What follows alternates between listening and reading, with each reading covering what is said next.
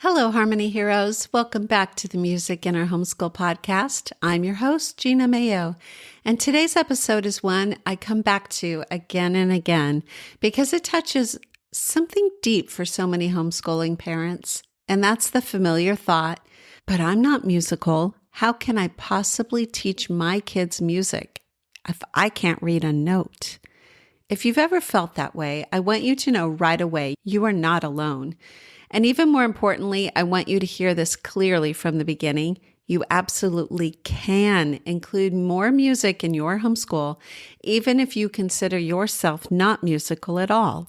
In fact, I would argue that some of the most meaningful music education happens in homes where parents don't feel like the experts because the focus stays on where it belongs: curiosity, connection, and joy. If you're new to me here, let me just share a little bit about myself. I've been homeschooling since the year 2000 when my first child was born. I have 8 children, and I still have kids homeschooling at home with me today.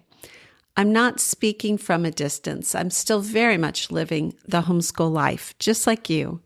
About 10 years ago, I started music in our homeschool because I kept seeing the same pattern. Parents deeply valued music and the fine arts, but they felt unqualified to teach their kids. And because of that, music often became one of the first things to fall off the plan. What I've learned over the years is this: the biggest obstacle to music education in the homeschool isn't lack of talent, it's lack of confidence. And that's exactly what I want to gently address today. If you are a homeschooler looking for ways to easily and affordably include a quality music education in your homeschool, you've come to the right place. This is the Music in Our Homeschool Podcast. I'm Gena Mayo, homeschooling mom of 8 and music teacher for over 30 years. When parents say, "I'm not musical," what they usually mean is something like, "I never had music lessons growing up. I don't know how to read music. I can't sing on pitch. I don't play an instrument. I'm afraid I'll do it wrong." These fears are very real, but they're also based on a misunderstanding about what music education in a homeschool setting is meant to look like. Music at home is not about performance, mastery, or perfection. If you want that to be your goal, I would encourage you to hire a private music teacher, but that's not what we're talking about today. What I want you to do in your homeschool is help your kids have exposure, experience, and enjoyment with music. It's about creating space in your home where music is heard and noticed and valued. Your child doesn't need you to be an expert. They just need you to be present. One of the most helpful shifts you can make is redefining your role. Instead of thinking of yourself as the music teacher, I want you to think of yourself as wearing 3 very simple hats. First of all, you are the guide. You open the door, you press play, you create the opportunity for music to enter your home. Second, you are the cheerleader. You encourage curiosity and celebrate small discoveries. You model enthusiasm instead of correctness. And third, you are the co-learner. You say, "Let's learn this together." You allow yourself to be curious alongside your child. And that combination of being the guide, the cheerleader, and the co-learner is more than enough to have a quality music education in your homeschool. Now I want to talk about something that's foundational to everything I do over at Music in Our Homeschool, and it's called the 15-minute music method. One of the reasons music feels intimidating to some is that we imagine it has to look like a long class period, long lessons, complex explanations, and measurable outcomes. But music thrives in short, consistent encounters. When you limit your daily or weekly music education time to only 15 minutes, the pressure melts away. You're no longer trying to cover everything. You're simply creating small, meaningful moments with music. That's realistic, that's doable, and that's sustainable. 15 minutes is short enough that you don't dread it, but it's long enough to make an impact when it happens consistently. And this approach is especially freeing for parents who don't feel musical because it removes the expectation that you need to know a lot. No, you just need to show up. Looking at the rhythm is a better way to think about music education. The 15-minute music method is built around something I call rhythm, RHYTHM. And I spoke a lot about this in last week's podcast episode, but I'll go over it a little here too.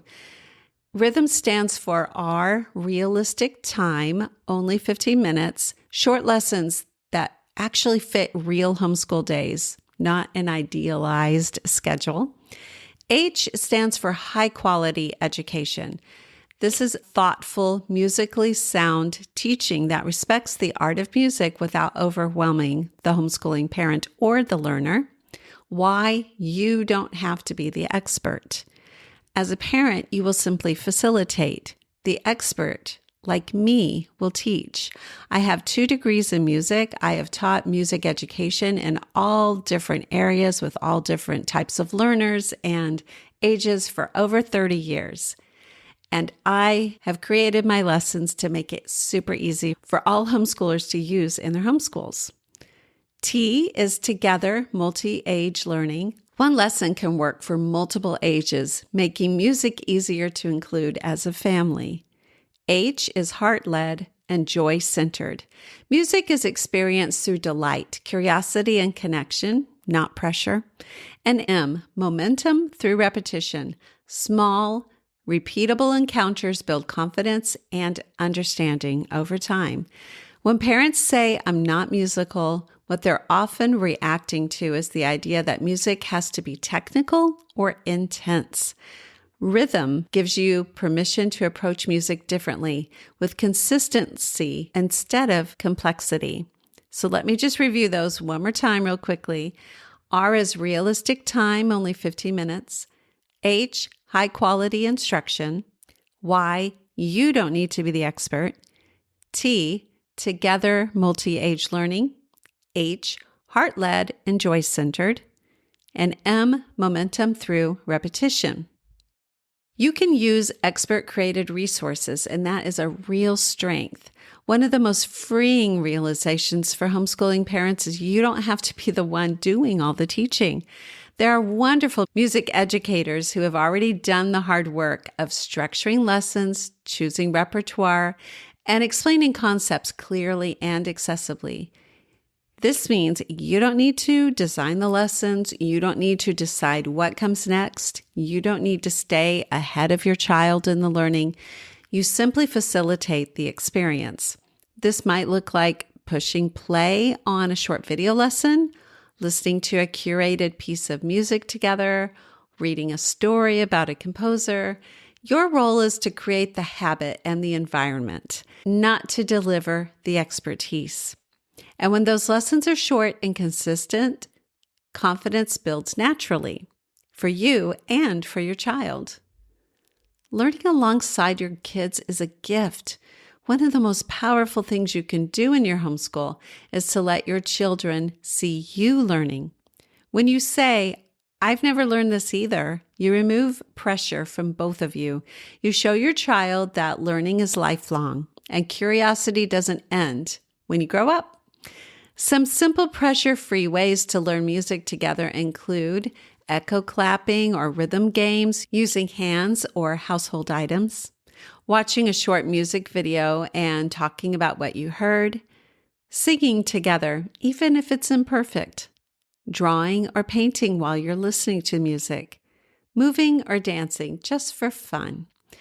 These moments don't feel like school, but they absolutely are learning, and they're often the moments that children remember most. Make music a natural part of your homeschooling rhythm.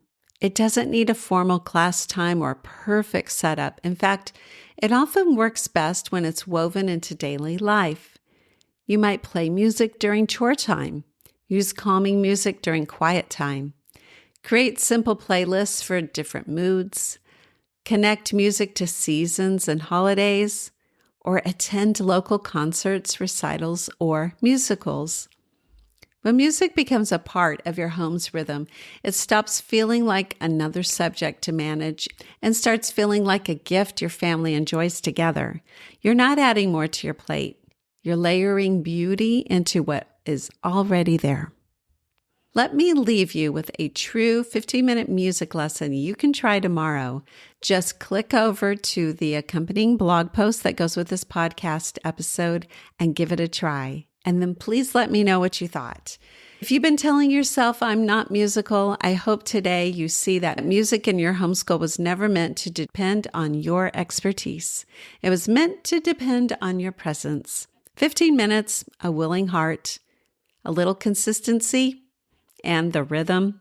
That's how music takes root. That's how confidence grows and how your children learn to see music as something not intimidating, but as something welcoming, wonderful, and full of joy. You've got this, my Harmony hero, and I'm honored to walk alongside you.